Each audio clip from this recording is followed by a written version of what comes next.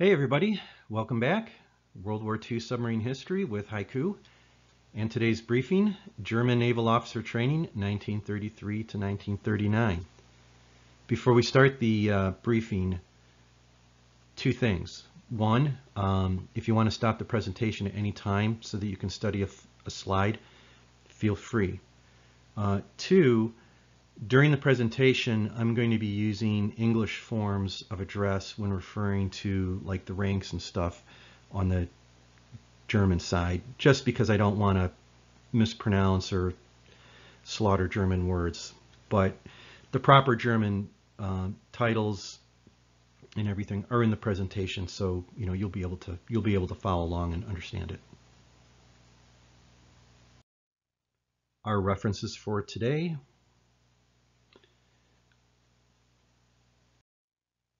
Couple notable quotes.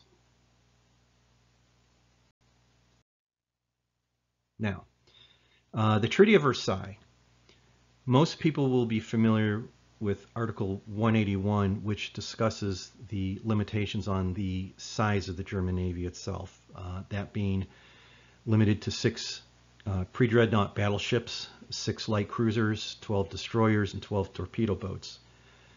Some of the lesser discussed articles are 183 and 194. Those two articles are at the end of this briefing if you want to read them.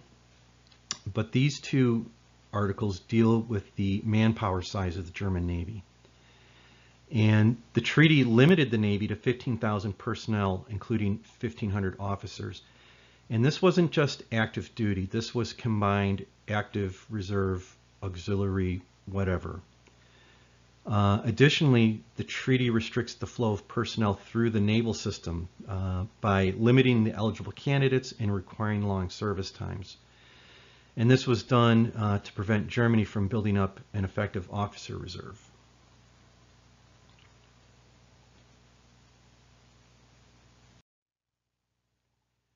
And of course, the Treaty of Versailles also prohibited the building and operation of U-boats. So Germany can't train officers for that role, although there were some ways around that, and we will discuss that in other briefings. The one thing I will mention is that officer trainees while at school would study, quote, anti-submarine warfare instead of submarine warfare, but it was all limited to textbook and theory.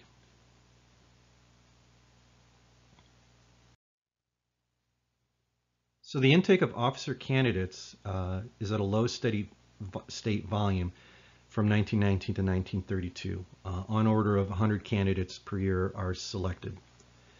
And that acceptance rate of candidates is extremely low, less than 10% annually.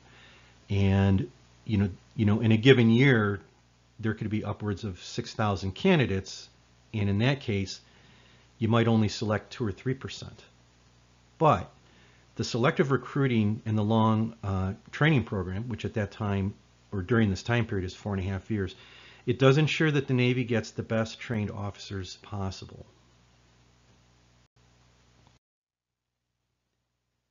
Now, with the rise of the National Socialists and the signing of the Anglo-German Naval Agreement of 1935, so Germany's finally free to rebuild its surface and U-boat fleets.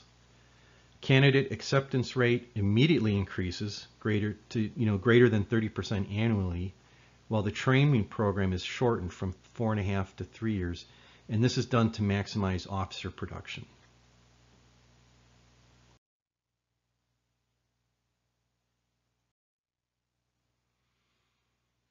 So requirements for officer candidates, real quick here. Apply 1-year advance. Have financial support, which I find interesting.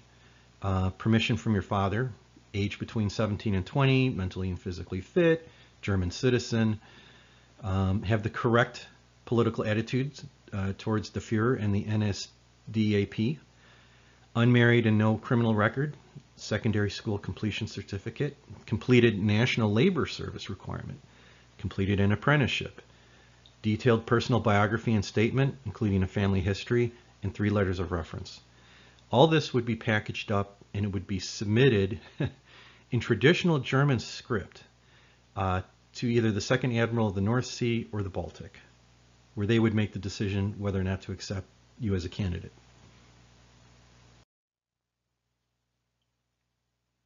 So officer aspirants are selected and they're assigned to a branch or, community, line, engineering, ordnance, or supply. And this collection of aspirants, it forms a crew, and it's denoted by the year of entry. So crew 36 starts in 1936. And this crew represents all aspirants selected for the given year. So it's not just guys who want to command ships or guys who want to fly planes or submarines. All the officers for that year, one group. And they would report to Stralsund for 5 months basic training. And Stralsund is a city on the Baltic in the northeast corner of Germany. Now, upon completion of basic training, the line officers would report either to the Gorsch Fock or the Horst vessel for a 4-month training cruise. Other branch candidates would attend a 4-month workshop on shore to get practical experience in their trade. And you'll notice here the lower picture, that's the actually United States Coast Guard Eagle livery for the Horst vessel.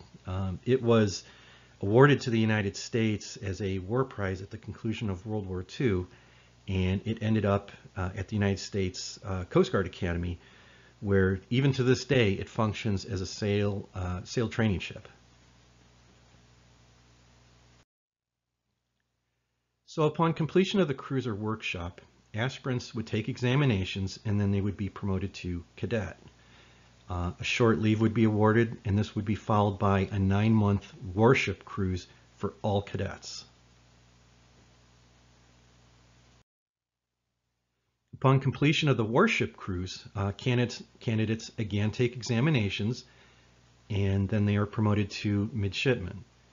This is followed by another short leave, and then they would report as a group to the Naval Officers School at Mürwik. So at this point, joining the crew would be civilian merchant marine officers who are transferring into the Kriegsmarine, as well as current enlisted personnel who had been selected for promotion to officer, guys that we would call Mustangs here in the United States.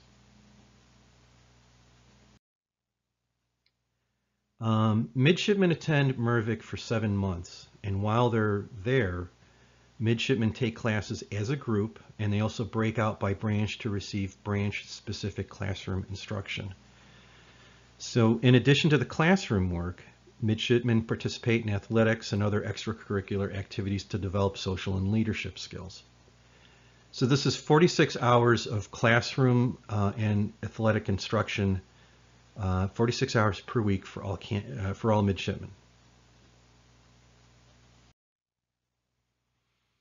And here the next set of slides are going to show the classes that were Common Core as well as classes specific to each branch. And I really won't comment on these. I'll just pause on these a couple seconds each.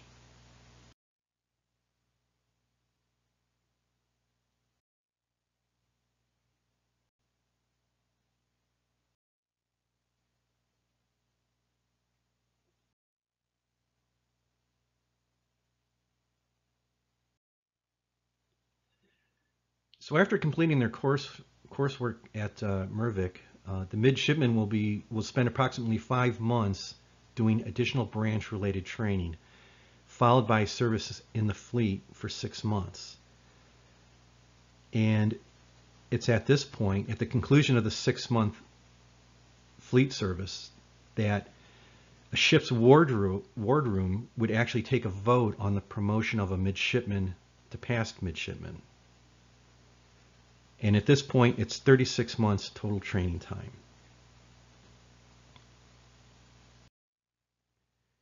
A past midshipman can expect to complete 3 years sea service before being promoted to ensign. And it's likely that during this time as a past midshipman or a newly promoted ensign, they would attend optional schools for programs such as submarines or aviation. Persons volunteering for submarines would attend, a basic submarine school, torpedo school, communication schools, and then they would be assigned to a training flotilla where they would work with the Type 2 boats. And the schools, the submarine torpedo communication schools, those schools that are specific to U-boats, they could be co-located where the training flotillas would be as a convenience, so those things could be worked on concurrently instead of separately. Now, upon completing submarine school and flotilla training, an ensign could then be assigned to a frontline U-boat as a second watch officer. And here is a chart that shows the German naval ranks, their U.S. equivalents, the ages that were typical to be at a particular rank, and the time in service.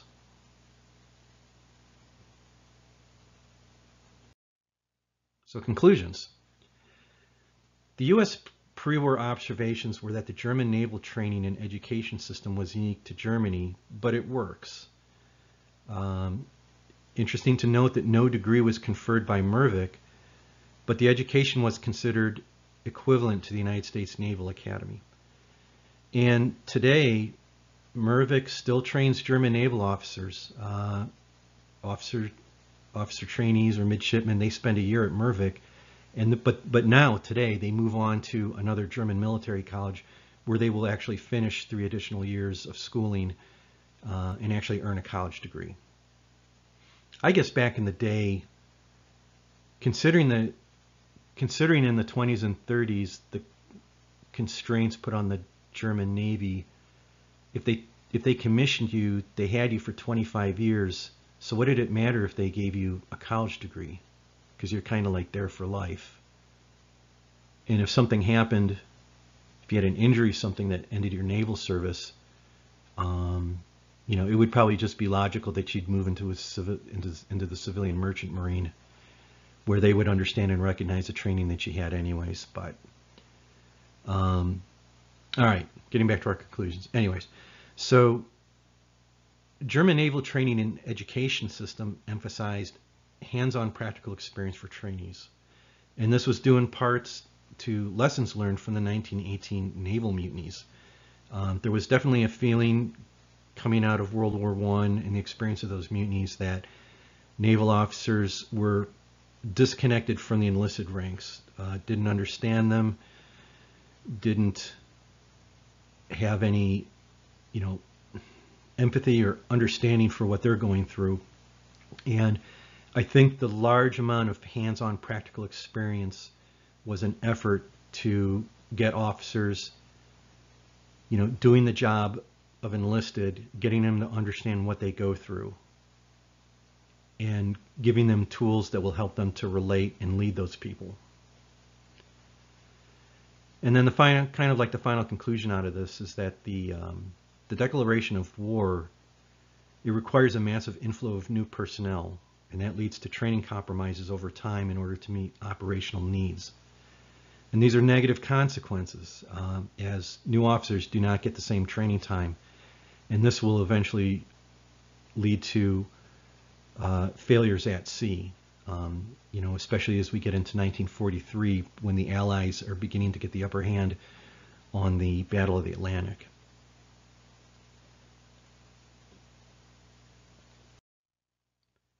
So that's it.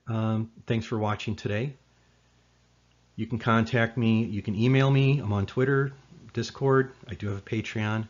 And I'm also a member of the United States Naval Institute. And this is just a shout out to USNI for everything they do, and my appreciation to them for making this particular briefing possible. And then, as promised, here we have the Article 183 from the Treaty of Versailles, and then Article 194 if you want to read that. So again, everybody, thank you for listening, and we'll see you soon with a new briefing.